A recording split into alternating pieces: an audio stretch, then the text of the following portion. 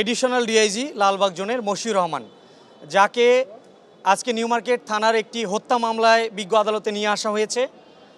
আপনারা জানেন যে এই ঘটনাটি ঘটেছে বিগত 19/7/2024 তারিখ।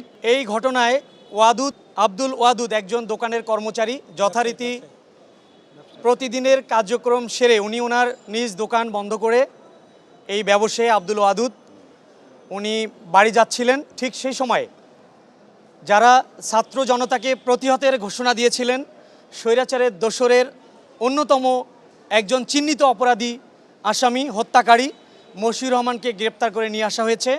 সেই মামলায় প্রসিকিউশন পক্ষে 10 দিনের রিমান্ড প্রেয়ার ছিল।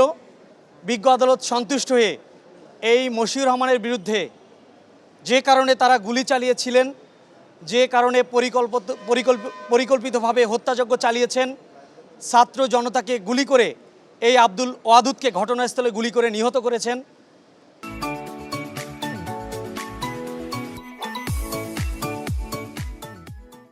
তার এই রিমান্ডের ব্যাপারে মামলার এফআইআরের বর্ণনা, ফরওয়ার্ডিংয়ের বর্ণনা অনুযায়ী এই মামলায় মশিউর রহমান একজন এজাহার নামীয় 24 নং আসামি।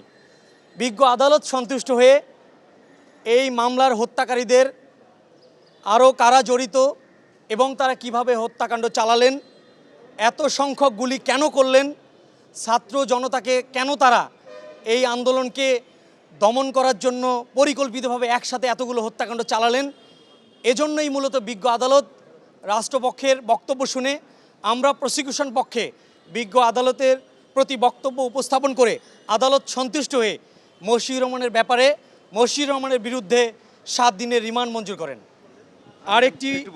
আরও একটি মামলায় যাত্রাবাড়ি থানার মামলা, যেটি এফআইআর নাম্বার 23, যাত্রাবাড়ি থানার মামলা নং 23/8/24, মাজারুল ইসলাম যিনি সাবেক ওসি, এই মাজারুল ইসলামের ব্যাপারে আজকে যাত্রাবাড়ি থানার যে ঘটনা সেটি আজকের মামলার ফরওয়ার্ডিংয়ে পরিষ্কার।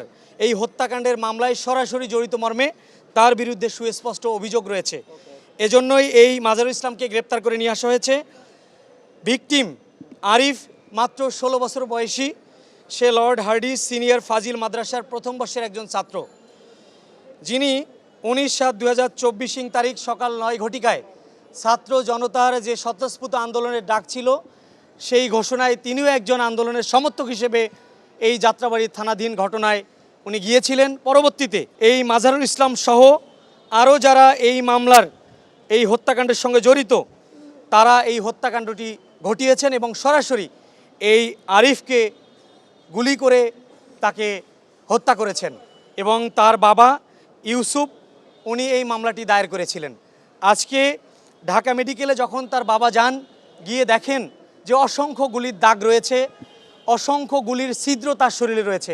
আপনারা জানেন এই মাজারুল ইসলাম সহ যাত্রাবাড়ি থানার যে ঘটনাটি ঘটেছে, এখনও অসংখ্য বাবা মা তাদের সন্ততিকে খুঁজছেন এবং ইতিমধ্যে আপনারা জেনেছেন, আপনারা আরও অবগত হয়েছেন যে রায়েরবাগের যে বৌদ্ধভূমি বুদ্ধিজীবী যে কবরস্থান, সেখানে অসংখ্য বেওয়ারিশ লাশ দাফনের ঘটনা রয়েছে এবং সেখানে একসঙ্গে একই দিনে অসংখ্য লাশের সন্ধান পাওয়া গিয়েছে।